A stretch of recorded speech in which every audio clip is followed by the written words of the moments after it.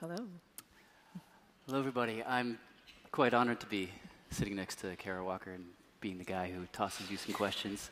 I wanted to take a quick poll. So who here has been to the Domino Sugar Factory? Okay, see. Excellent. So I figure the best way to have this conversation, because this work really has to be experienced, is for us to just experience it together for just a beat, and then we can talk about it. Yeah, absolutely. So. Let's go for it.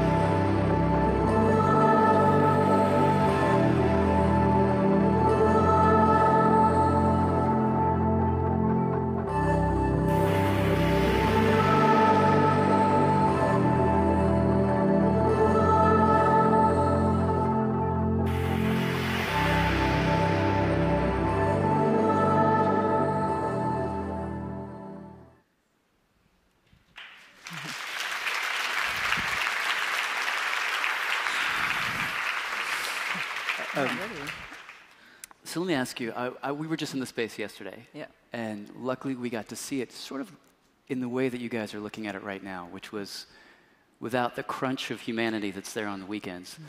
And I have to say, so this is an extraordinary marriage of a site and a work. And there are a lot of cultural sort of ideas that hit you. But the initial experience that I have is, I look at this and I think, what is she thinking? Do you conceive of this being as having some sort of personality, or? Well, I think with the Sphinx, the mythological Sphinx, and this one in particular, she is holding the space and holding on to it's not really a secret so much or a riddle, but a depth. I think a depth of memory, a depth of. So it's not so much conscious thinking, but I think that the feeling that I was hoping for going into the space and that I experienced a few times in there on my own is something kind of reverent, she forces thought into your own space. I have noticed that when people go in there, they immediately whisper, which is interesting. There's something kind of spiritual about it, which does make me wonder. I mean, do you come from any kind of spiritual tradition? No. No. Not at all. Not at all. But I guess I don't know. I don't know how to answer that. No, sorry.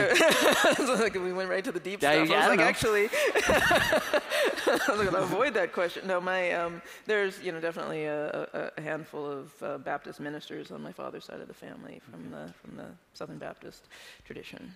So. But it was something that my family my branch of the family shied away from and went for something a little bit more, universal, and Do you mind if we geek out about the art for a second? Yeah, sure. So one of the things that first strikes me is the where she is in the space. Like she seems almost not of the space in a way. She seems almost more connected to the light that's coming in above from the skylight. But if you look at her from this angle, she almost seems kind of caged. Right. So she seems somehow connected to the sky, but also hemmed in at the same time. I'm curious, I mean, how important is contradiction and paradox in the work that you do? Yeah, I think a lot of my work is about a tension or a paradox or a set of paradoxes, paradoxical sorts of bodies, and a sense of, I think of her body as having sort of like a sense of presence and awareness and self-awareness and vulnerability, and there's something about subjugation, definitely colonial legacies and legacies of industrialization and stuff like that we can kind of get to. But she is all things all at once, and I guess that's somehow representative of a way that I have of moving through the world, or sort of a strange no, I was going to say acceptance, but that's not the right word, but just a kind of an understanding of the tensions that are kind of at work in my body as I move through the world, as a black woman, as a woman, as an American. Like, there's always a tension of sort of pride and ambivalence and fear and anxiety. Yeah. And in this particular work, I see like dominance and submission in a way. Right, like, yeah. Like it's a traditional mammy figure, which is, I guess, like a Jim Crow idea of like the quote happy slave. Right. At the same time, it's a sphinx, which is about dominance and power. It's dominance and power, and I think I was debating with Nato Thompson from Creative Time about the mammy term because it felt like it was shorthand. It was too easy shorthand to sort of get to something again that felt more complex to me about whether the face features were exaggerated or not exaggerated, where they were strong or I don't think of her as a figure of fun in the way that I think of like those, Scarlett O'Hara mammy figure was kind of a wise talking oracle for at the service of. I don't feel like she's exactly in the service of our needs or desires. Right. Yeah. Let's go forward just a bit. Yeah. Tell me about her fists. So she's got this is sort of one of these decisions made in the modeling process where I had two fists. There was a debate about whether or not she was animal hybrid woman or whether just being all woman already had all of these kind of animal associations in it. So fists instead of paws, and then at a moment. In some of my reading, I kind of veered off of sugar and was just reading about candomblé and African syncretic religions in Brazil, and mainly in Brazil. And I'd spent a little bit of time in Brazil, and I had come by this object here, which was actually cast from a wooden carved Looks like fist. a This fist. is a fig figure, figa, and it's kind of an ancient symbol. And it has multiple meanings. I think like her body has sort of multiple meanings, multiple reads, and it can be alternately a good luck amulet, charm, maybe a fertility symbol of old. This gesture alternates between being extremely crude middle finger gesture.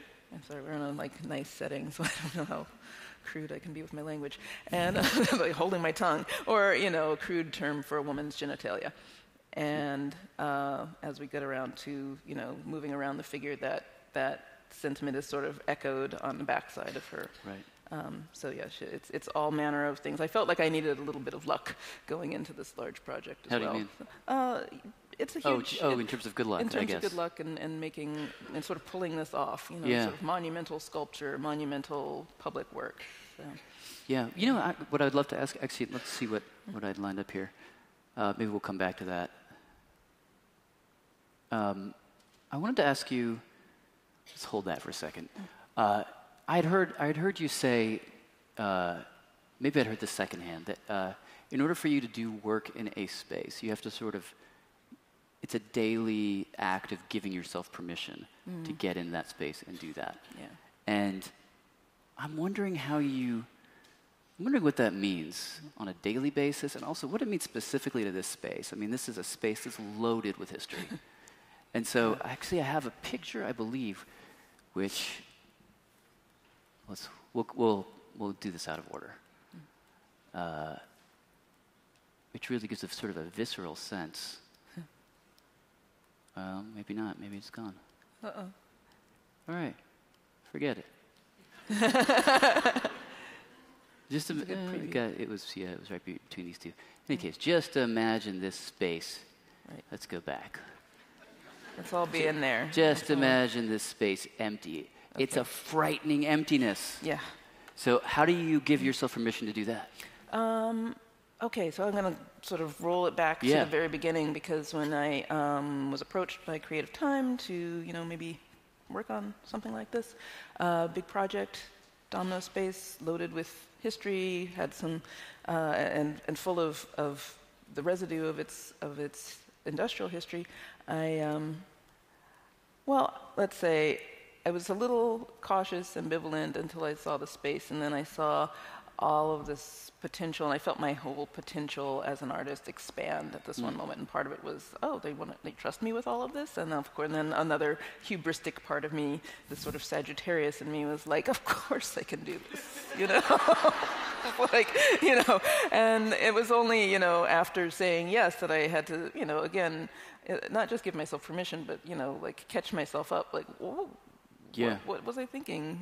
Did you have a moment of terror? Did terror enter the terror, I think that the terror part of it was sort of fuel, or at least the optimistic side of me said, well, that's good, it's good to be afraid, because it is a big space and it is a big responsibility, and if, you're the only artist who's going to have the opportunity to work in this space, then you have to do everything, that every artist would want to do, and make sure that, that it holds its own at the same time. But permission was granted in a way by the kind of volume of like air around me in the space, and at the same time internally when I went back to my own studio, which is a large space but much smaller than this, I had to kind of think about what my tools actually were, and that's the harder part. The part about giving permission to use different sorts of tools, different ways of thinking, and different approaches. But I had to start with what I know, so pencil drawings. Bunch of sketches, some bigger sketches. And was this was that your first idea? Was that your 10th idea? Was that your 70th idea? It was more like my 300th idea. Really? What were the dumbest, most interesting ideas? I can tell you which the most interesting one was. Well, okay. But the dumbest was... Well, tell me, we can do it in that order. Yeah. Interesting, dumb. Interesting, this one. The final one I was pretty happy with. I'm talking about the ugly middle. The ugly middle. Well, here's what happened. I mean, it was all ugly middle. There was a beginning, which was all possibility and potential. It was just the space was beautiful, and maybe nothing has to be done. But that's not challenging. So maybe you honestly considered leaving it empty? For a second, for like 3 seconds, I was like, oh, nothing has to happen here. But I am not a minimalist artist. And what kind of artist am I? Who do I think I am that I can do this kind of space? I make drawings, I make cutouts, I make sometimes shadow puppet films, but everything's two-dimensional. So how am I going to sort of deal with that in this space, which is all about space and volume? Yeah. And I had, women in kerchiefs roller skating in the space and a performance piece, and I was like, well, no, that doesn't make any kind of... That was the dumbest. Okay. Wait. We're asking about the dumb ideas. Let's just imagine that for a second. Yeah. Women in kerchiefs roller skating. And then I moved from sweeping the floor on roller skates to power washing the floor in hazmat suits to, but all black women, with kerchiefs and hazmat suits, and I was, I don't know, just keep going, just turn the page and keep going. And did you have pulleys, people on conveyor belt systems, Did you have a no person? Do you have a no person who was like, no, maybe? I didn't have any no's, actually. I just had a lot of okay. It was just the great thing about working with them. It was say, okay, so I want a pile of dead bodies. And they're like, you know? I had this whole notion for a while. It's like merging this idea of the residue of sugar refining is molasses, and that's covering like all the surfaces in the space. And I thought, well, there's other sorts of residues out there, like pet coke. There's like this mound of pet coke in Detroit that's like piling up over. Pet what? It's like a byproduct of the fracking process. So something like that. I think it's pet coke. I've got it all backwards. I got fixated on that for a while because I thought, well, there's this big pile of of waste, of pollution piling up over that city. Why don't I just like bring that here and merge that with this sort of molasses, and we can talk about industrialization, and then we can also think about colonialism in that. But and we did. I presented that, and Creative Time said, well, it costs like, it was pretty cheap actually. It's like $250 per metric ton of to bring it over. That sounds like. But there's an EPA issue with that. Oh, well, yeah. So it's like, yeah, it's not really a good idea anyway. So, just went through barbecues. I was thinking about the slaughterhouse industry, and I was like, so relating it again to slavery and colonialism, but there was like a lot of chickens involved because I thought chickens were funnier, than just like, beef slaughter is terrifying. Chicken slaughter is sort of ubiquitous, and it's right around the corner anyway. There's other, slaughterhouses in that area. Yeah, but it was all about the feathers and the stickiness and like tarring and feathering and, like indicting, our culture for being the way it is. So and all of this came out in the form of sketches and this PowerPoint that I put together. I was going to bring together all of these kind of ideas into one sort of, it's not linear, but it's one sort of expanded format, so I could see everything laid out in front of me. It's like sugar and molasses, and brown sugar is a kind of sort of sexual entendre, and then what else? It kind of like slavery. That sounds like you could go into a really dark place. Oh yeah, I went all the way. Well, tell me the darkest moment. I'm curious. Like on the way to this, what was the? Well, it was the darkest moment was when it became too much. When the abuse, murder, blood of the sugar production, like the history of sugar in the Americas, which is like parallel with the history of slavery in the Americas, and the quality of innocence that sugar sort of represents, like just sweet, and it's sort of everywhere, and it dissolves, and it carries no weight, it has no baggage. Molasses, on the other hand, carries baggage with it, and I just I headed down this road where I was thinking, well, we depend on this, and it's everywhere, and it's trafficking. Bodies are still being trafficked, and and then there's the sex allusion again to sugar and brown bodies being trafficked in the sex industry and sex trade, and diet and poor health in black communities, and pollution in our hearts and our minds, and and the industrial revolution is over, and the building is dying, and the neighborhood is and then it was just ruins. That was like the final word on my whole sort of investigation was ruins, and then I was back basically into this building, this space in the Domino refinery, which was this modern ruin, and for all the beauty that it sort of possesses, for the sort of refined eye who sees beauty in ruins, it's tragic. Right. Because one of the interesting things is that I had a moment where, in thinking about your work and in preparing to talk to you, I was putting sugar in something. And it's one of those things where you put sugar and you're like, oh, okay, it's just something you do to make the thing sweet. But if you think about it for more than 1 second, it's just like, you can tell the entire world through this one substance. So like, how do you block out enough of the world to choose one thing to say? So what was the key that unlocked the idea to do what we're seeing? Well, there were two things or three things. There were two things, and one was the ending up with ruins. I can't do that. Like the recognition that I had nothing. I had nothing, and now. Why? Because it was too nihilistic, or it was too? Just, yeah, it was nihilistic, and it was angry, and it was just like blow the whole thing up. You know, like that was kind of like the right. You know, that doesn't really work so well. And the other part was public. You know, the public part in the public art project was the thing that sort of rescued me and sent me looking again in a more optimistic note, like what is the history of sugar? You know, right. like really, like how is it that this thing landed on our shores and, you know, brought with it, you know, started this other ball? I mean, can we blame, or can we, you know, take sugar as an example of you know, the history of the Americas?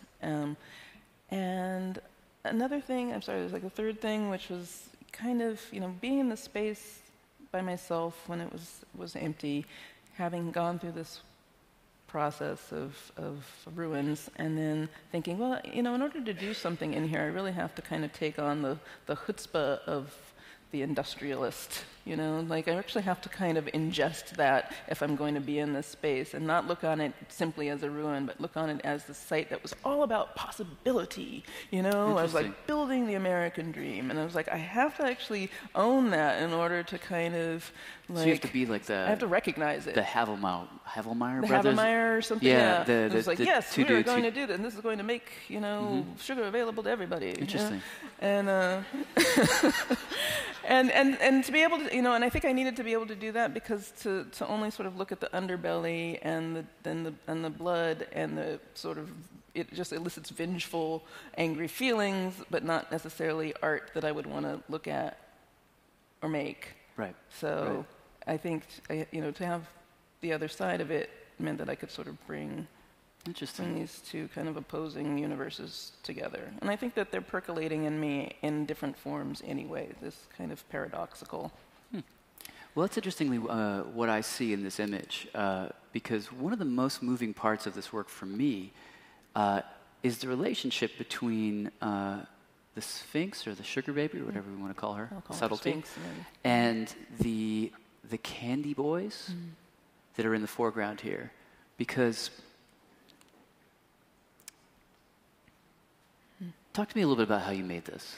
So I was playing around on my computer. I was online and looking up sculptural representations of Africans or African Americans, and for various reasons, partly to kind of get my head around the idea that I might be making something three-dimensional, and I was wondering what kind of objects already exist, you know, because I think that a lot of my work does sort of dive into narratives that sort of pre-exist me, and then, you know, try and mine them for what they're worth.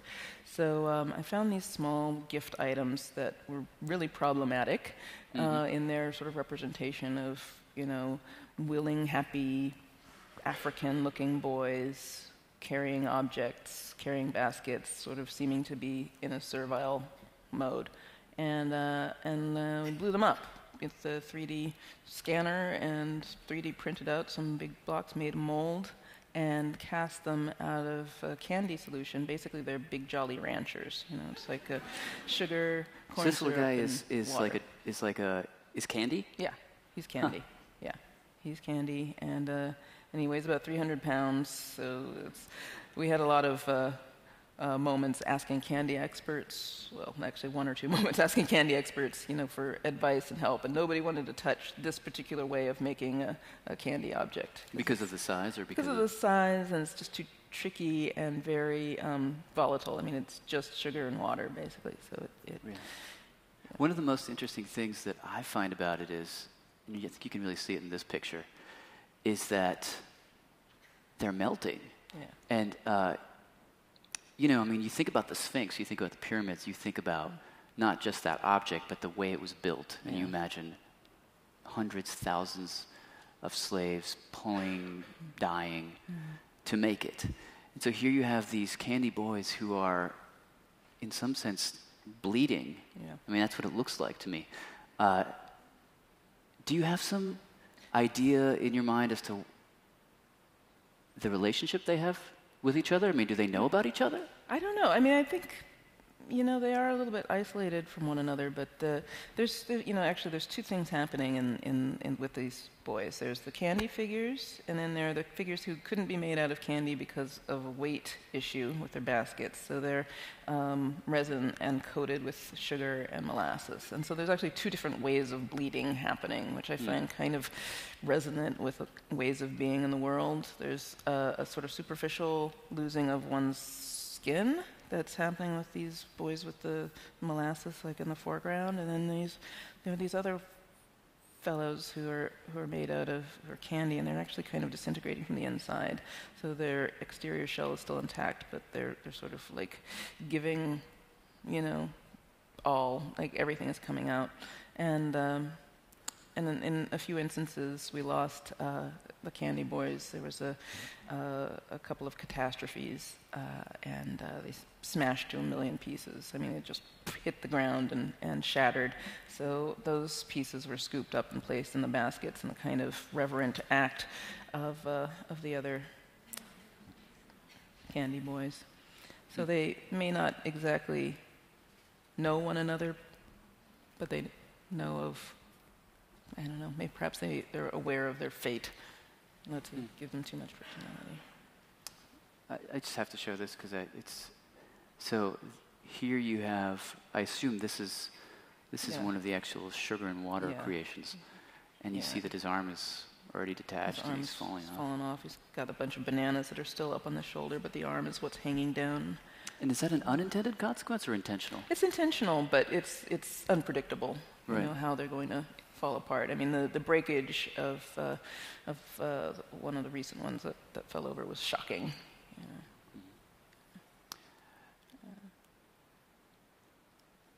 I'm interested to know. I'm interested to know how the work changed when people walked in, because I mean, I certainly have the experience where you're creating something, you're cooking it up. It sounds like a sort of bouquet that's arranged just right, to mix metaphors. And but then you play it for somebody and you hear it through their ears, and suddenly the things that you thought were quiet in the piece are very loud, almost deafening, and the things that you thought were very loud are just not coming across. It's somehow every instance changes when other people hear it. Yeah. Did the public have that effect on this work in any way? Well, a little bit. I mean, it's a lot of public. I think that's maybe the biggest surprise for me is, you kind of have an image that it's public, and so people will be there. There'll be numbers above 10, but there were thousands the first weekend. I think 8,000 the first weekend. The line went on for blocks and blocks. Yeah. And it's I've gotten a combination of I've been there twice when the public was there, like sorry, just like masking. Yeah, it's difficult, because being there changes things, and I don't feel like it's a good place for me to be there to experience what other people are experiencing. And part of that problem is that I'm the artist now, so the artist is representative, and so people come to me, right. And for different reasons, right. to either speak about the piece or tell me their reaction or take a picture or all three at once, and it's a lot, like it's too much, and especially when people have been really touched by the piece, which is great, which is perfect, right? But then there's this awkwardness about sort of being present in the presence of her and of this kind of, it almost feels reverent, this kind of reverent space. And then, it creates for conflict, I guess. So that's maybe the unintended consequence. Conflict. Yes, conflict. Like, people are taking pictures, making selfies. Other people are having a very quiet, reflective moment, and they get angry at other people who aren't having that moment or that feel it aren't. And so I know that there's been some words spoken among, guests to one another, and that's. But the conflict for you is what exactly? Is that you have to. Well, I wasn't. I think that. Part of the problem and issue with, this work that has these, contradictory impulses, that is talking about race and slavery and power and submission and our history and women's bodies, and it's doing so much, and sort of but withholding all of those words, withholding all of that language. So it's kind of incumbent upon the viewer in some way to sort of bring that language forward, and the language is full of conflict. It is actually pretty hard, angry, sad, depressing, language. Do people come to you and bring that energy to you Sure. when you're in the space? Sure. People yelling at you, crying no, at not you? yelling, crying more, but yelling off on interwebs, and That's what the interwebs are for. that is what they're for. But it's also, writing things, having,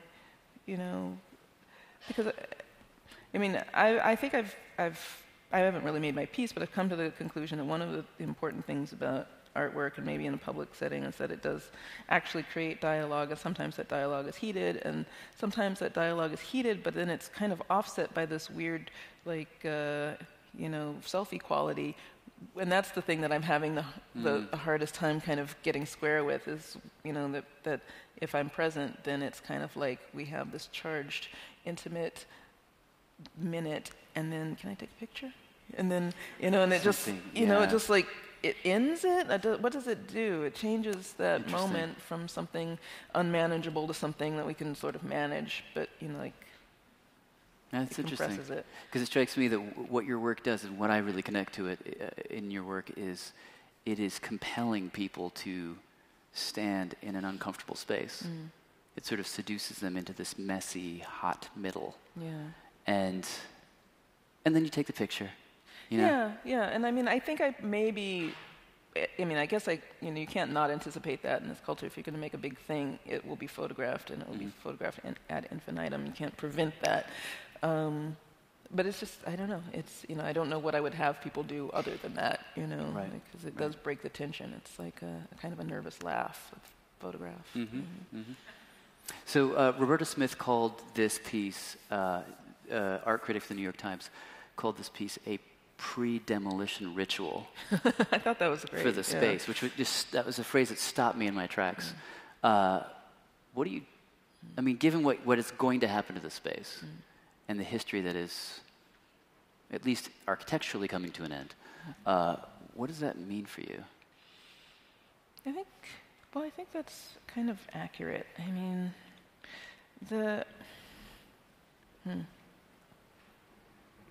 have to circumvent and come back around. So the name of the piece is A Subtlety, right? And a subtlety is a noun, and it's a sugar sculpture, a medieval term, English term for a type of sugar sculpture, sort of marzipan, that were formed at big banquets of royalty.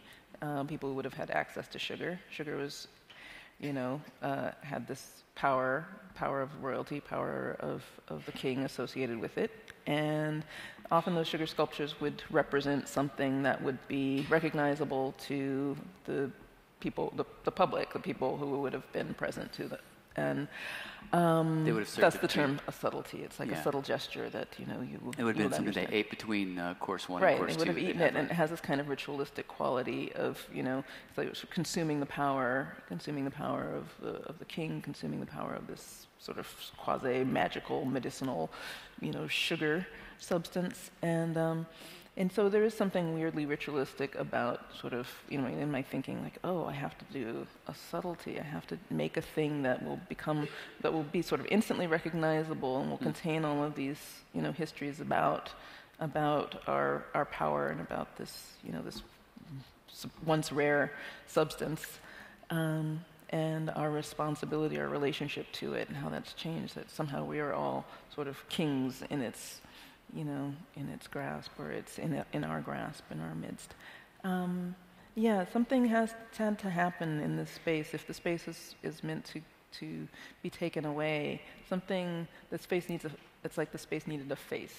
It needed a face, because when something has a face on it, people identify with it in more profound ways than merely aesthetic. That's interesting. That's interesting. And what's going to happen to the space and to her and to the the candy boys? Well, the candy boys, the boys who are candy will disintegrate. The boys who are resin will probably find a home somewhere. I think the Brooklyn Museum has taken on one. The subtlety will, I haven't had a longer conversation about how the dismantling process will go, but there will be some power washing and some recycling of the foam blocks that undergird her. And then the space is set to become a development of some sort. I've seen differing plans, and in fact I was looking at some of the differing plans over the years. There are condos slated for one section, a park slated for another section, and so there's a lot of development happening right on that waterfront, which has been extremely contentious for the last decade or so. Yeah. It's interesting. It calls to mind for me, we lived down the street from the Domino Sugar Factory for many years. It's about a decade ago. And, we'd pass by and the workers would be on strike. So it's an interesting thing to see in what is in many ways a critique of the sugar industry made out of sugar from the sugar industry. Yeah. Was that ever a weird sort of plank to walk? Biting the hand that feeds? No, I don't know. Everybody was really generous towards it, but I don't know that anybody was really clear on what I was making either. So, and I think that's the sort of Trojan horse quality of public art is, that you can kind of make a figure around. Well, I was going to say a figure that many people can rally around, but she isn't actually that type of figure. There's body parts, there's race, there's a lot of problematics that corporations and governments aren't really keen on. And when subsidizing. Domino's, how much sugar did they give you? They gave me 80 tons. 80 tons of sugar. Yeah, we used half.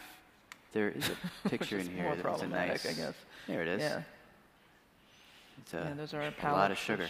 So just to double back on something that we actually didn't talk about, she's not all sugar, is she? Is she completely sugar or not completely half sugar? She's, you can see on the sort of, I don't know which side it is for you, but on the far side of that image, there's a sort of pile of bags with pieces of polystyrene foam. This is the foam that was taken off of her when we were carving her into shape, and that was all set to go to be recycled back into more foam.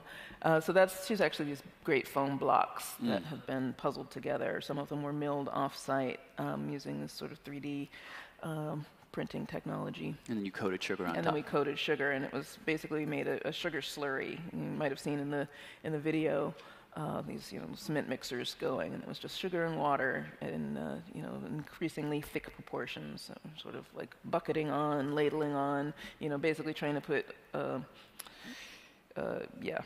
trying to get sugar and water onto a vertical surface, which is challenging. There's a lot of pouring from the top and a lot of picking up from the floor. It was just sugar and water? Because I saw you and the workers were spraying. That liquid was just water. Yeah. Wow. I mean, there was some figuring out whether or not if we needed to add anything, but sugar actually kind of self-adheres, and we didn't even have to use hot water, which was fortunate because the water was ice cold coming out of the hose. And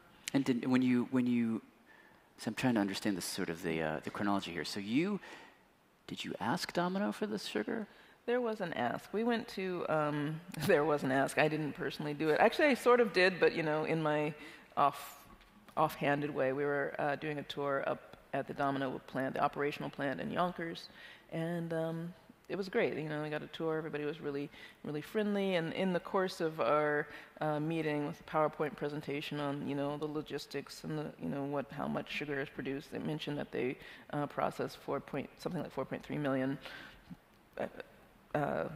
tons, 4.3 million tons of sugar a day, or is it a month? I believe it was a day. Anyway, that's a lot. Let's go with a day. It was a lot. Okay. Yeah, it was a day, and I was like, oh well, can we have some? It was like the wrong moment for the ask. Was it like so we can glorify the glory of sugar, no, or? I mean, Ann Pasternak and Nato Thompson and Art DeMonte, who's our production team leader, had all that together. They are professionals in dealing with, like, people who might not know what is going on with art, or who this artist is, or what she might do. And it's like they sold it in a convincing enough way. I wasn't present for that, fortunately, because. I'd love to see that PowerPoint presentation. Interesting. So I guess this is one of my favorite slides. Yeah. We'll just flip through a few of these. This is the team. Mm-hmm. Hi, team. So we sort of went through this, but we'll flip through these real quick. Those are some of my sketches. I was curious about this one. So this is was this I one thought of the there might be a fountain. Yeah. Vomiting of sugar. Yeah. I see. I mean, I have sort of differing waves of sketches and notes. This was, I think, that moment when I realized, it has to be a sphinx. It's silly, but it has to be a sphinx. And what kind of a sphinx? And, I have the 3D modeling hands of a sort of 10-year-old version of myself, because I've been working 2D for so long. So I'm like, is it a Egyptian sphinx? I can't even say it anymore. Or, Greek. How does she look? This one's sort of grinning. Yeah. There's the model. Well, speaking of going from 2D to 3D, if we could rewind for a second, I'm curious to ask you about the arc of your life to this point. Okay, all of it. Let's go all the way back to the beginning. I was born in Stockton, California. Well, so your dad is an art history professor? No, he's an artist. He's an artist. A painter. Painting. Okay. Yeah. So was the idea that you would be an artist? Was that just a given? I don't know if it was anybody's idea. He taught at a couple of universities in California. He was the department chair of art department there at UOP, University of the Pacific. And then we moved to Georgia, and he was the chairman of the art program at Georgia State University. And in that time, he always taught life drawing and not so much painting, but he worked as a painter at home. And all of us, I have an older brother and an older sister, and we all got some kind of art instruction from him. He was really, before he taught university, he taught children, so he was really interested in the development of children's minds through art and creativity. So we always had things to work with, but I don't know, I'm the baby by, my sister and brother are 9 and 10 years older than me, and I just kind of landed. There was nothing for me to do, so any other artists in the family? My sister is actually doing photography, Huh. yeah, and my mom, in her retirement, has started doing some crazy, wacky stuff, which I think is super interesting. Huh. Yeah. And what was it like to go from? You said you went from California to Georgia, and you were in Northern your teens? California. I was 13. 13. Yeah, What right was at that the like? cusp, right at the cusp of the teens. It was super weird. I think I feel like that's one of those stories. It's become my mythology, but it's true. My dad was looking for, was interviewing for this job at Georgia State around the time of the Atlanta child murders, and then sort of coming back and sort of. I think for him, going to Georgia was kind of a return. He was born in Georgia, he had family there, and there was like his own sort of quest, his own hero's journey, and then I was just sort of caught up in it. And but starting high school in a place that had, high schools already have their sort of entrenched cultures, and then, I don't know. It wasn't easy. It wasn't easy, but for all of the reasons that adolescence plus a kind of culture of racism that wasn't frowned upon, that was condoned, let's say, sometimes quietly and sometimes not so quietly by the adults in people's presence. I mean, I think that's the kicker. It's like adolescence sucks, but adolescence in this kind of environment is really bad. Was it the experience of going from a place where you didn't experience that and then going to a place where it was almost like... Well, it was actually, it's funny, thinking about it and sort of recalling my childhood in California, there were very distinct moments where, somebody used racist language or forbid me and my friends from going into a place because they said, there ain't no, N-word in there, and, we were like, what? but it was just like everything was like at 4 and then at 11, and like there were just like spots. It wasn't like It wasn't all pervasive. It wasn't all pervasive. Yeah. And I guess that was kind of the interesting thing. Is like coming to Georgia at the time that we did in the early 80s. I sort of came with this, I'll face it, I arrived with the sense of I was a special kid. I wasn't that great in school, but I was a special kid. And I felt that way because my parents made me feel that way, and because I had this art thing, and I was pretty, So you mean committed special to. in the Yeah, positive special sense. and positive. Yeah, Right, okay. sorry. Yes. Yeah. Well, maybe both. A little bit of both. But I definitely thought like, I got this, going on, and then to sort of arrive in a place where it was so clear that was not done, and I don't know if it was Georgia or the school I was in or what. I had, counselors just kind of like give me the, sort of 10-yard stare and just kind of like, Really? What makes you, wait, like, so what wait. makes you think you're so special? Paint a picture for me. So what is it? Because of your self-regard, or was it because I think of so. something? Yeah, I think it was that. I mean, I'm relatively shy-ish, but I'm less shy now. But yeah, is this therapy? Do we have to go? Do we have to go all the way? Right, yeah, okay. Do we have to go all the way back there? I'll come at it from the side door. I don't know anybody here. I know like 10 people in the front row. The good thing is that the lights shine at us, so we can't actually see anybody. Well, let me ask you this. So, to a more polite level. So I'm curious, like when you were beginning to make art, capital A art, and I think you mentioned at some point that your high school art teacher is here. Is that true? Julie Schaefer, right there.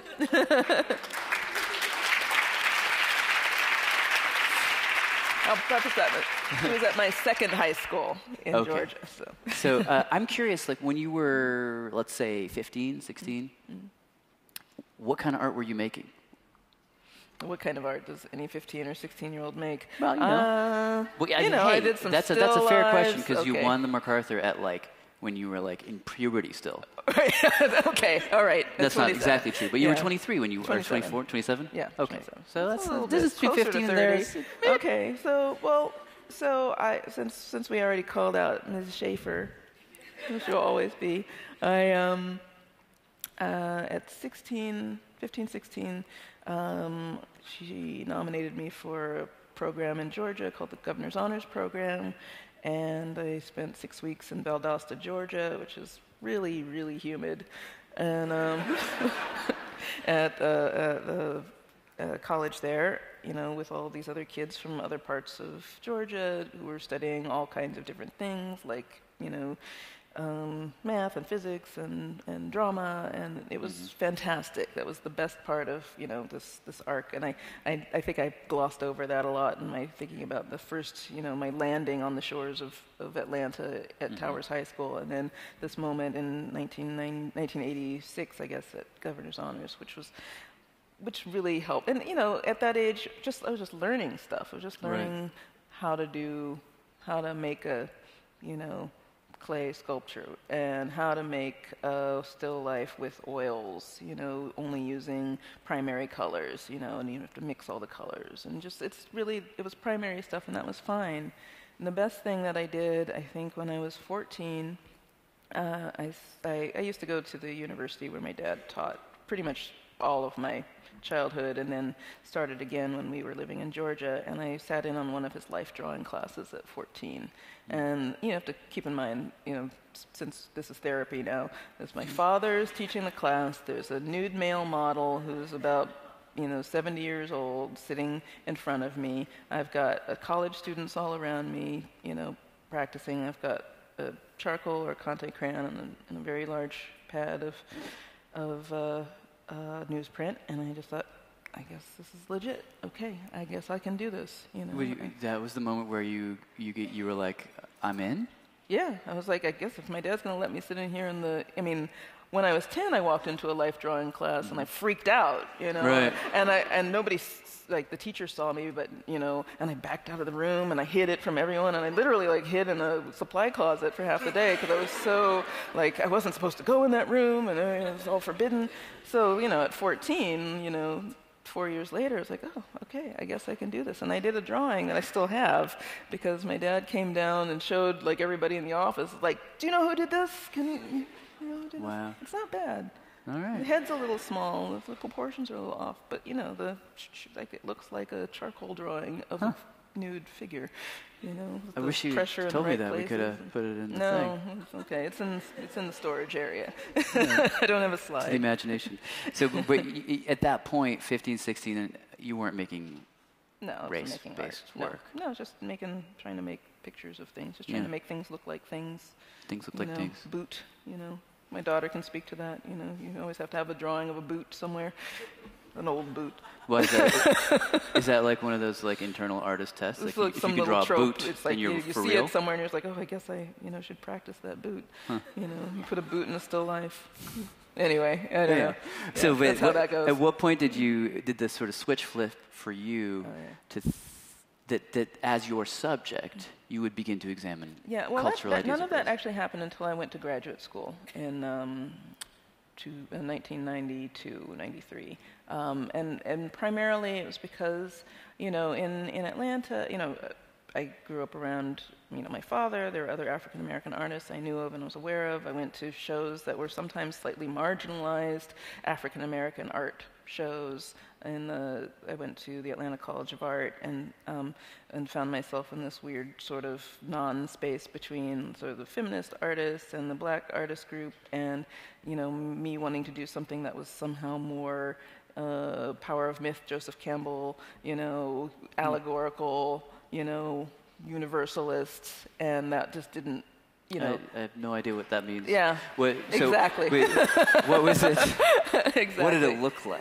Swans. I had a lot of swan references. I had a lot of, yeah. I mean, So they it were was all like disintegrating, and you know, they were very physical, but it wasn't like using a human body. Instead, I sort of substituted with this kind of like, you know, not even a proper swan, but modeled on a glass swan. So interesting. Was it was it just more formally pretty? It was trying to approach that. It was kind of like Ross Bleckner-y, kind of like I don't know. I'll name another artist from the '80s. I can't think of any right now. I wouldn't know him anyways. Yeah. And I guess what I'm driving to is how we got there. This. Yeah. And I'm sorry to do this because I know it's like okay. it's like asking Billy Joel to play like Piano Man or something. Because it's like, play the hit. I actually saw a video of Radiohead playing their first hit. Oh. And like, what's his dude, the main guy, was in like physical pain having to sing this song. Yeah. So I apologize in advance. But there's like, okay, so what were the moments, experiences that led you to this insanity? Again, with the therapy. There were some experiences with people that happened to me. Expand for real. on that. And then there were experiences that happened without how to expand on it?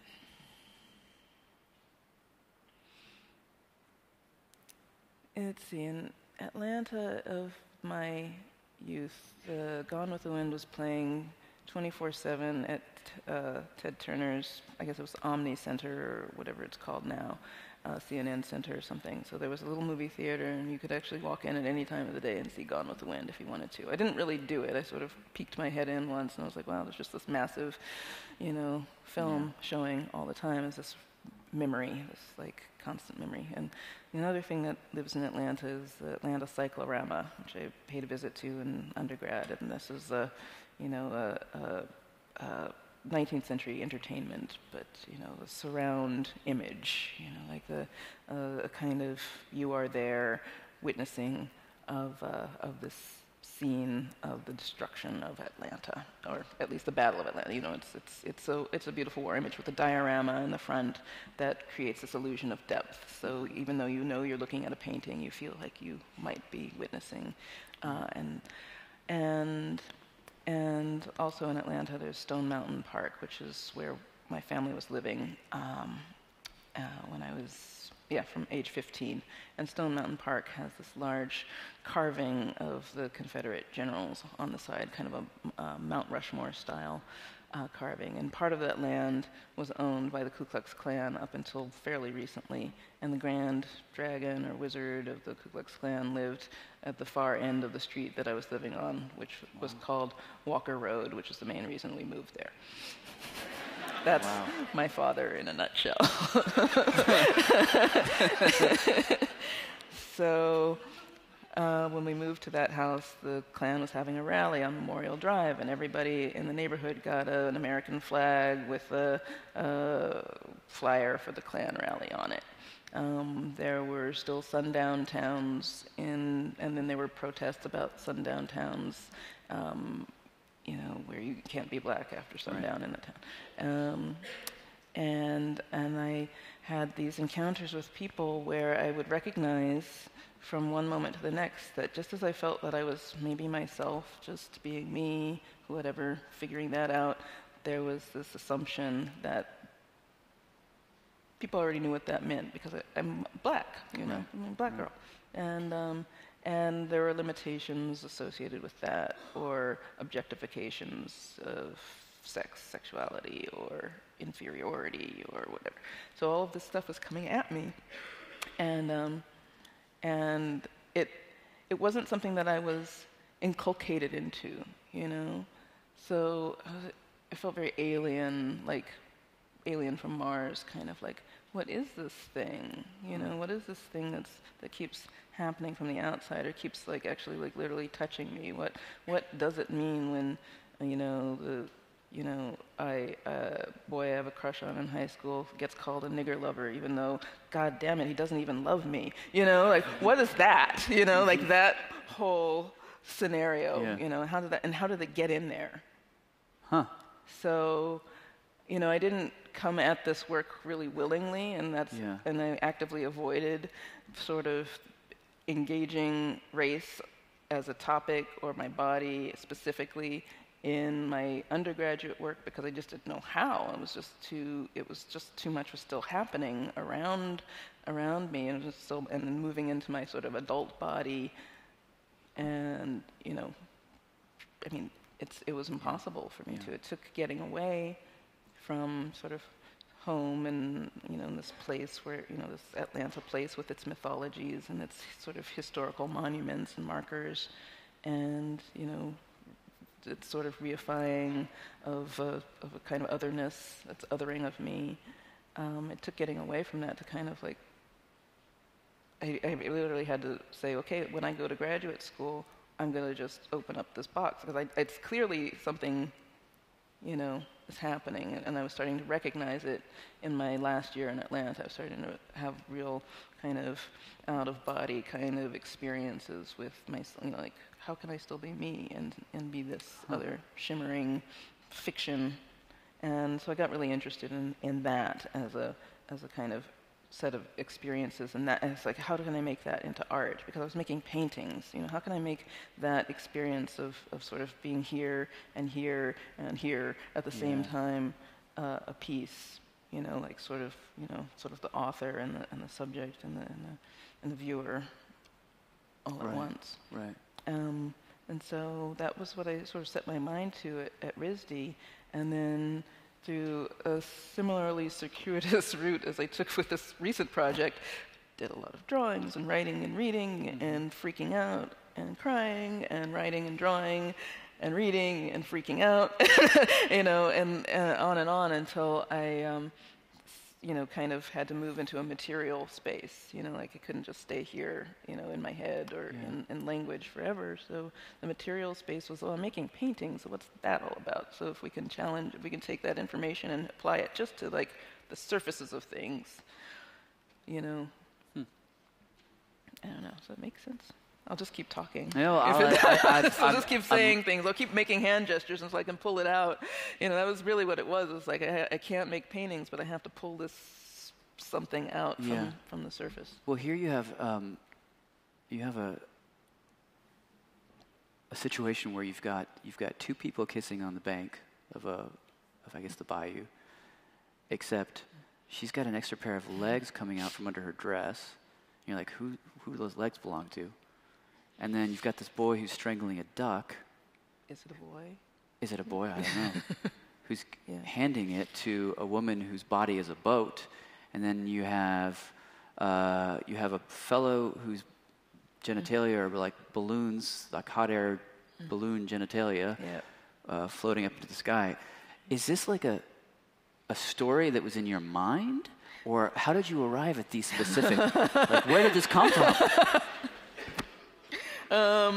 So some of these things are just like sort of ubiquitous, like, you get these romance novels or these sort of like, you go to any flea market and you'll find a calendar with a thermometer and a glass painting or a glass print of a, Southern belle with her gentleman friend. And, I had a couple of those films. Like, well, that's the opening, the opening salvo of this sort of narrative I want to tell is that basically I determined for myself, I'll set everything in this sort of like mystical antebellum location that seems to be like, at least in the South, or at least in my experience of the South, kind of the overriding, outside of sort of, Bible Belt Christianity, there's also this kind of overriding sense of like the propriety of this myth, and so that was the opening salvo. Like we will always have to start with the moonlit night in the bayou and the Spanish moss, and and the lovers kissing and the innocence, this like presumption of innocence, and it immediately becomes sort of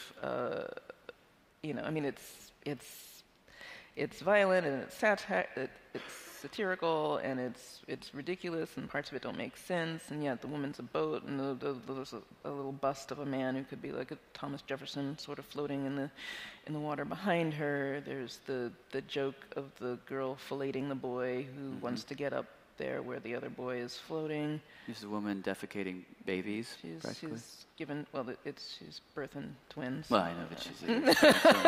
I don't know. There's the excess. I think excess. There's the giving birth. There's this sort of pickaninny topsy, figures. There's the Southern belle. Like the recognizable. Like you start to name them, and that's my problem with naming. Is like as soon as I did this piece, they started to become named in a way that I had sort of let them be a little bit free floating, like a little bit ambiguous. Like I don't know what that means. I don't want to assume that I know what a pickaninny is because I don't know where that word comes from or what who that is. It's nobody, right? Is that why they're blank in a way? Yeah, is that why they're blank, and yet they suggest that they are doing quite a lot. But they're blank and they're flat and they're fragile and they're just pieces of paper, but they're not. For me, it's like part of like on a just as a.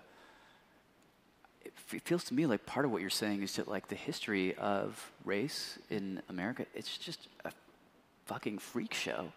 It's just weird. Yeah. It's like surreal. It's bizarre. It's imposing ideas of of inferiority onto one sort of bodies, and then making it stick through violence, through subjugation and cruelty and laws and legal systems, and like putting all this pressure to make a fiction become true. Here's a sort of a close-up of the middle.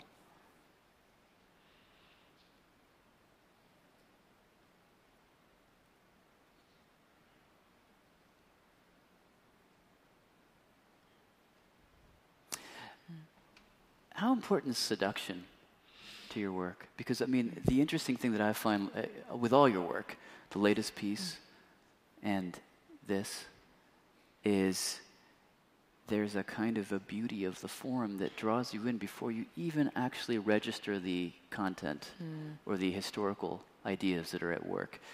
You're already in it before you understand what you're in. Yeah, no, I think that was one.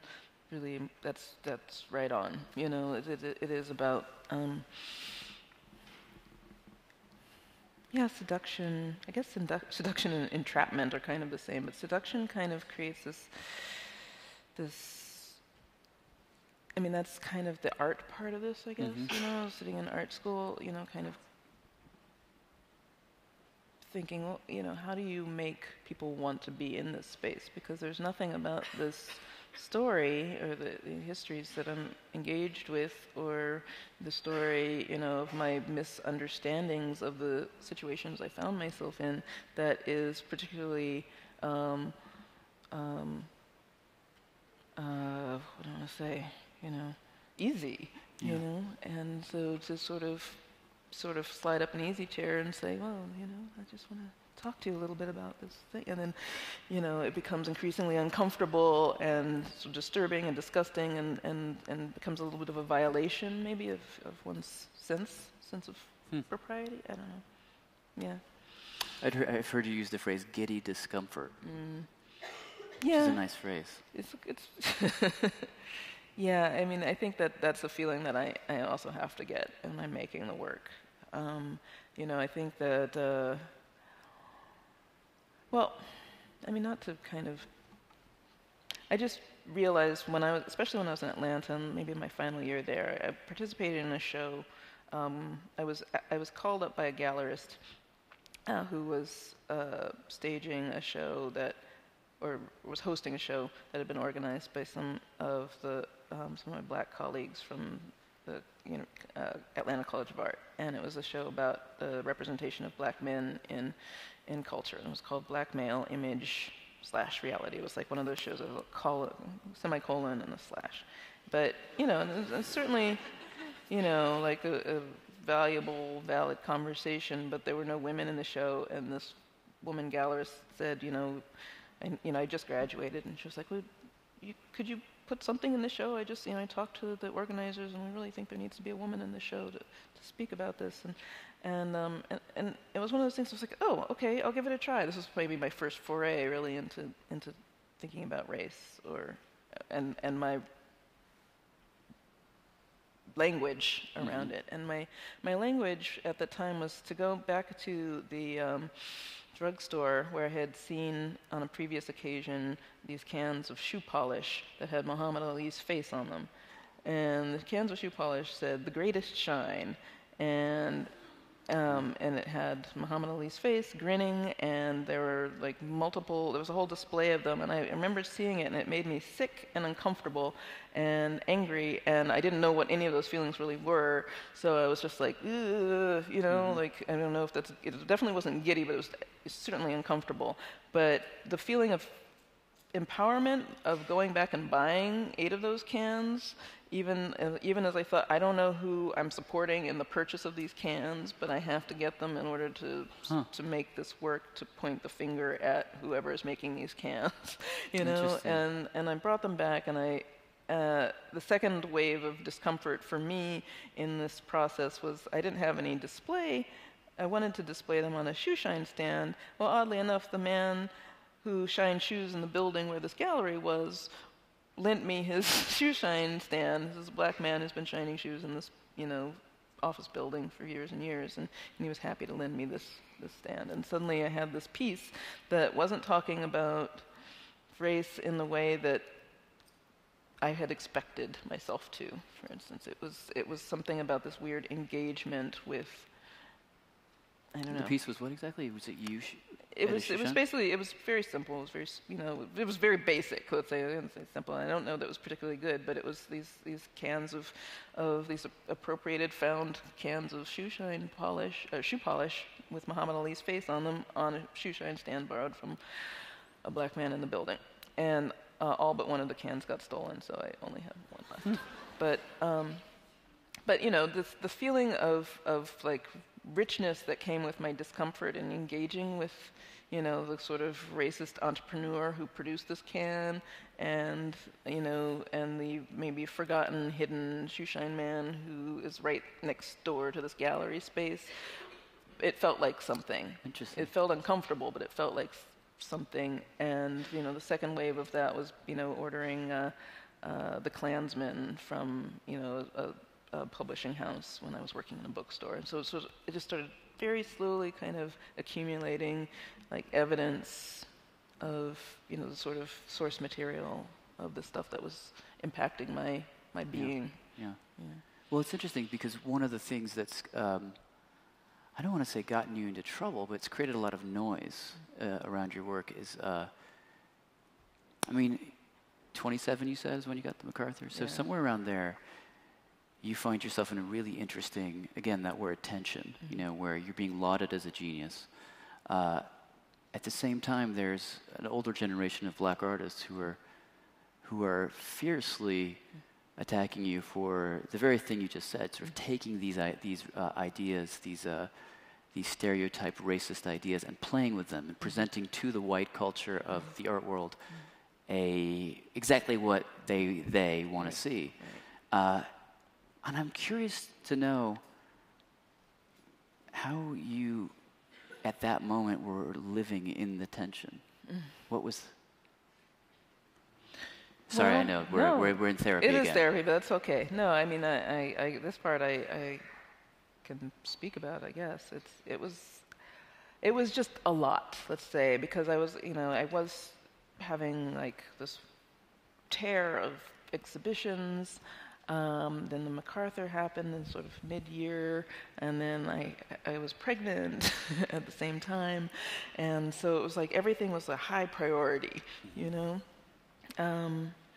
and my first sort of wave of feeling was, I just felt kind of hurt and sick in a way, partially because I hadn't seen it coming in that way. I thought, when I started making this work, I thought, well, they're probably, people are going to say some things, but artists respond with artwork, and I'll make this thing, and then some other artist is going to, double back with some other kind of gesture, and then so I didn't expect the protest letter, I think I was a little, blindsided by that, and we should just we should just clarify. I mean, do you mean by that like there was an active campaign to boycott your work? Well, yeah, to boycott and to actually just sort of call me out as a, like very young, somebody who hadn't paid her dues, who was, kind of falling into the sort of,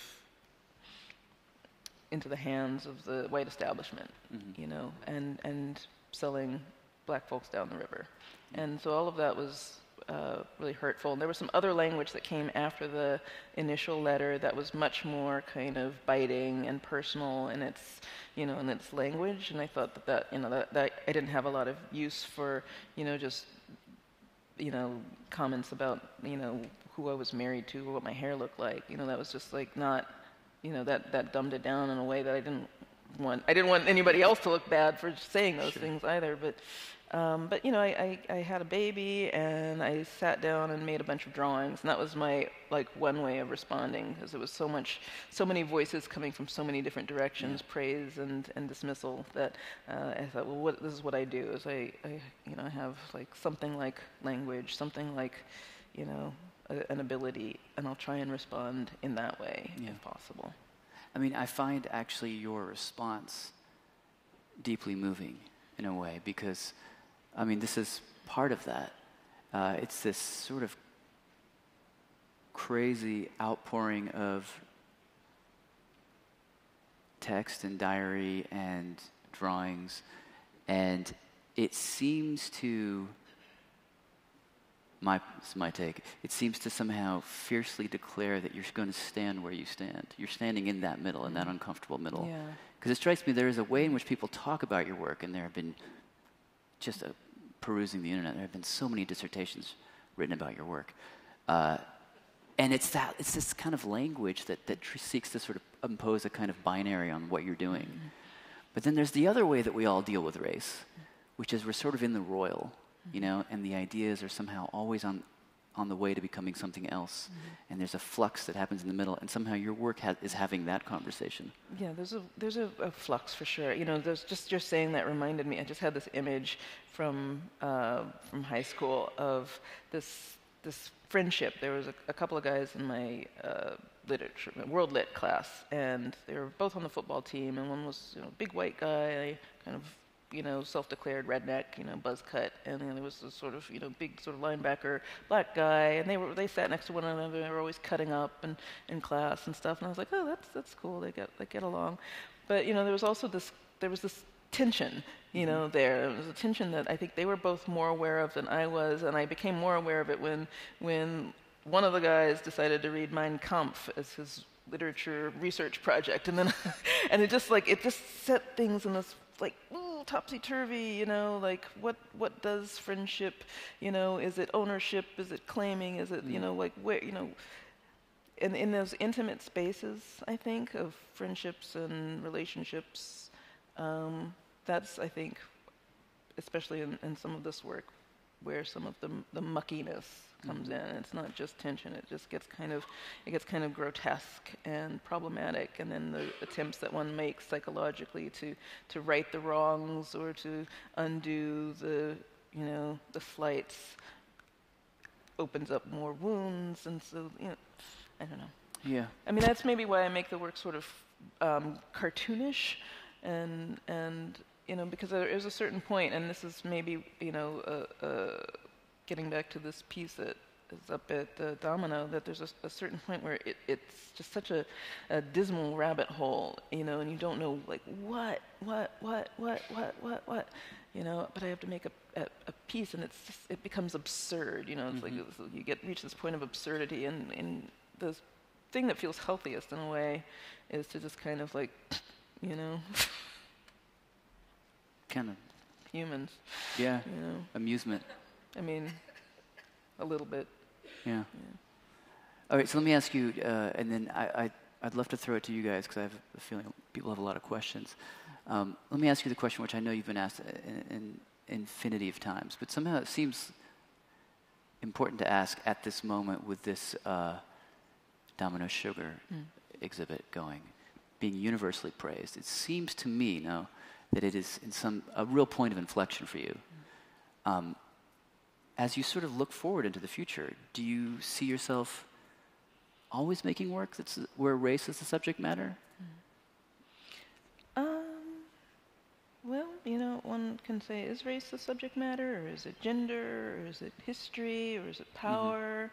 I think race becomes a part of the work because it's part of the experience I wound up having in my own body. Right. But, I can look around, especially with the image that's up, and some of the work in that show, it moved around, sure, and modern black identity. It's sort of posed as a question, but it's maybe more a question of one's own, I don't know. It's a funny question because it's one that I feel like evading. It gets asked a lot. Right. I always wonder, why? Why shouldn't it be? Right. Well, what I wonder is, I think back to 19-year-old you drawing swans, and is that a laughable adolescent sort of trifleness, or is that something to yearn for? Oh, I'd love to draw a swan. Wouldn't it be nice if I could just draw a swan? I did a whole thing with swans, actually. Really? Yeah. But they all had black heads on them. I already had this joke with myself, and I reconciled that whole swan body issue. Well, that seems swan body issue seems like a good place to open the floor. I want to thank you. This has thank you. Been a lovely. Fantastic. Yeah.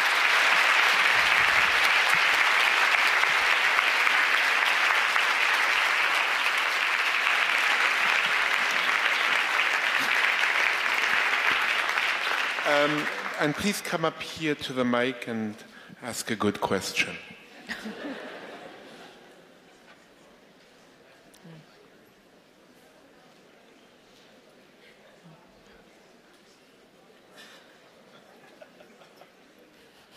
It's a long walk. We have one brave, intrepid soul. Yes, thank you so much. It's been such a pleasure to hear you two in conversation. My question is kind of two-part. Back to the sculpture, which I'm really looking forward to seeing, but I haven't seen yet. Did you play around at all with the idea that you're creating this sculpture in sugar, which makes her white. And, you know, you could alter it if you wanted to. Yeah. That's the first. And then the second is, do you know currently what Domino is doing to make sure that their, you know, practice of cultivating sugar is fair trade, or have you, Well, let's see. Okay, so the first part, yes, the whiteness of the sugar, the whiteness of the whale. This is like part of the piece, that this whole plant is sort of a black space. Like the entire interior is coated with these layers of molasses and brown sugar, like in the raw sugar, and it literally drips from the ceiling when it gets hot, and it sort of pours down the columns. And so there's this way that just even aesthetically it sort of made sense for me to, you know, I was thinking about making work in molasses, making it in brown sugar. There are all sorts of possibilities, but the whiteness of the sugar and the idea that sugar is refined, that whole plant is designed to take the brownness out of the crystals and to create these, you know, salt-like powder, and that is what's desirable, and everything else is sort of waste material, or for the cows, or for, you know, the poor, or whatever. And so that was built into the piece, and that those kind of contradictions and this sort of flickering paradoxes. And as far as their practices, I don't know. I mean, I have just seen some UN reports that it's not all that hot. There's some child labor issues, and now there's, you know, health issues. I don't know if it's Domino specifically, but the sugar industry worldwide. And so there are fair trade sugars out there, but not quite Domino. Thank you so much. Thank you. Any other takers? You'll have to line up. It's a long walk down that aisle. We're all looking at you. Hi. Hi. Thank you so much for being here. So I don't even know if I have a specific question, but I would love to just hear you talk about the backside of the subtlety. Okay. Because when I see it, and I haven't seen it in person yet, but looking at it, it makes me, you know, kind of uncomfortable in a good way, I think.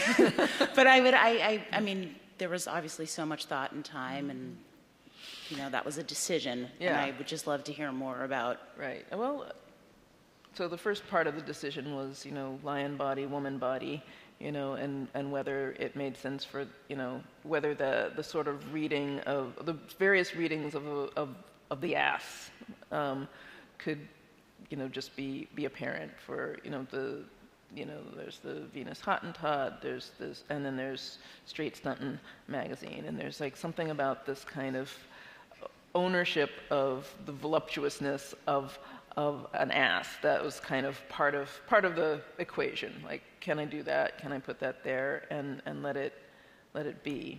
You know, for all of its, you know, it's contentious, right? Like, there are moments of empowerment where you're just like, I love my body, and this is how it is, and it's big, and it's round. And there's also something about the positioning of it that's submissive and, you know, turned over, and it's also kind of mooning, you know, everybody. And there's her 10-foot vagina, which is not something that happens in art often enough, I don't think. So,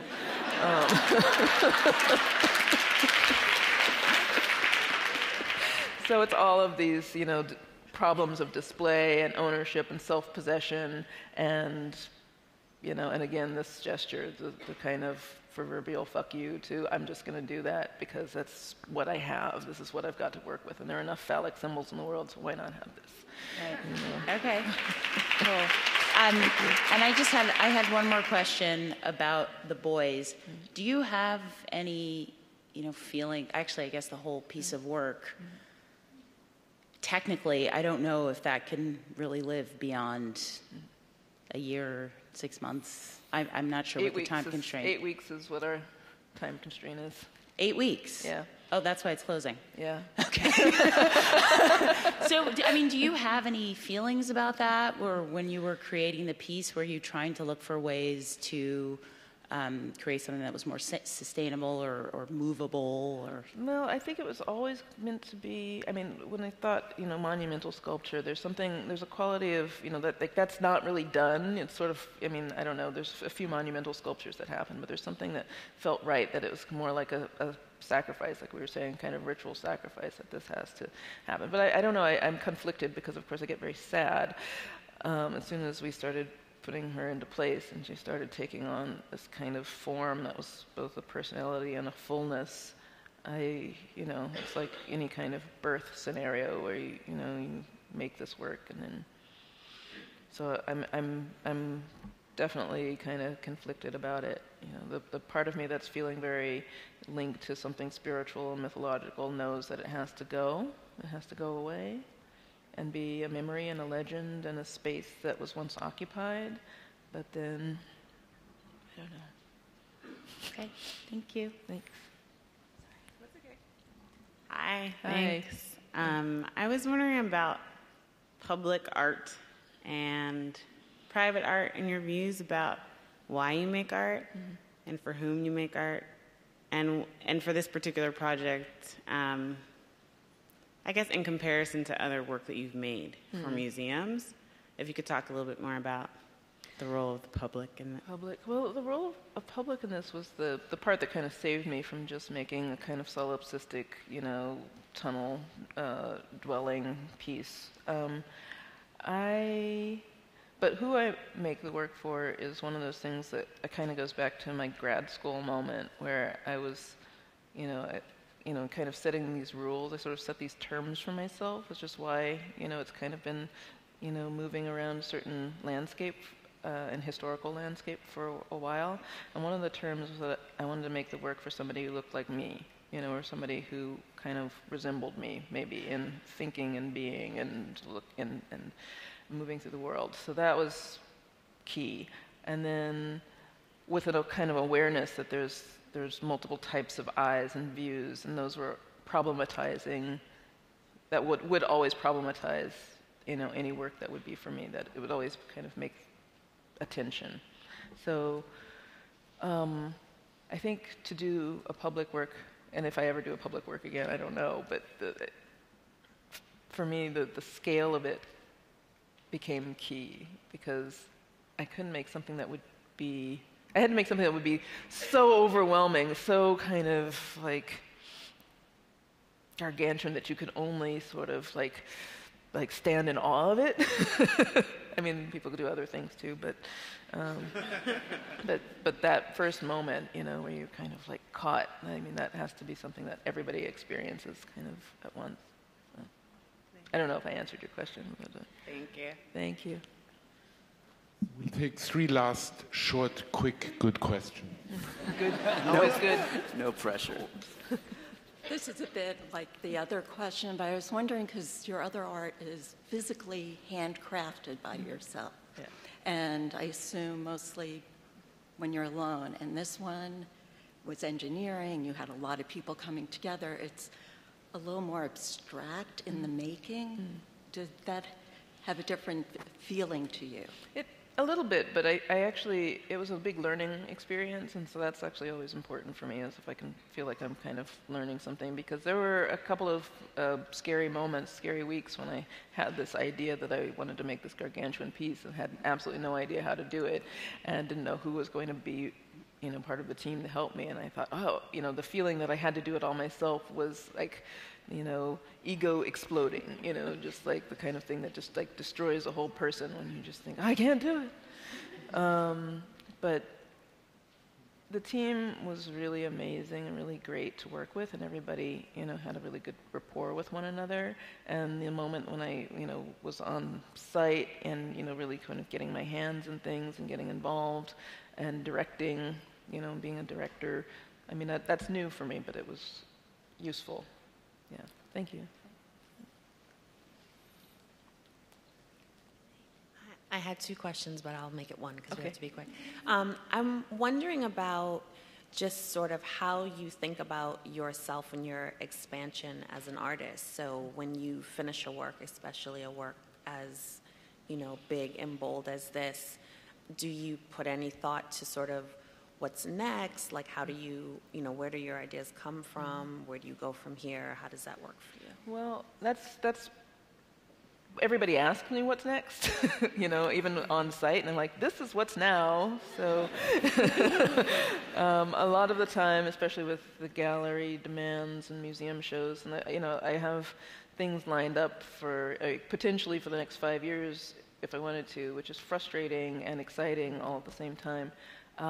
It can be a little bit depleting, so I'm trying to learn now how to, step back, replenish, move slow until, things generate. Because things do, I know there's stuff in there, but it's sometimes harder to tap into when everybody wants a little piece all the time.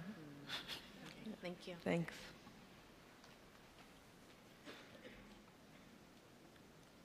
In regards to the subtlety, the scent of sugar, that was the thing I kept going back to, was how uncomfortable I felt. And I didn't know how much that was considered in the piece. I didn't know how long I could stay in the space because of the scent. It's pretty sickening, isn't it? Yeah. That's actually just the room. That's the entire sugar shed where the sugar was stored, that has the molasses dripping. And there's behind some of the walls, if you happen to go off to the side, you'll see just like cakes of brown sugar that's just been there for 150 years or 100 years at least. And that's what you're really smelling more than the subtlety herself is, it's a little less powerful. But the molassesy, it's kind of minerally, grassy, and it's somewhat nauseating. And at the same time, it makes me want to cook with it more. So. And did you think about the viewer when you were, like, how overwhelming that could be for...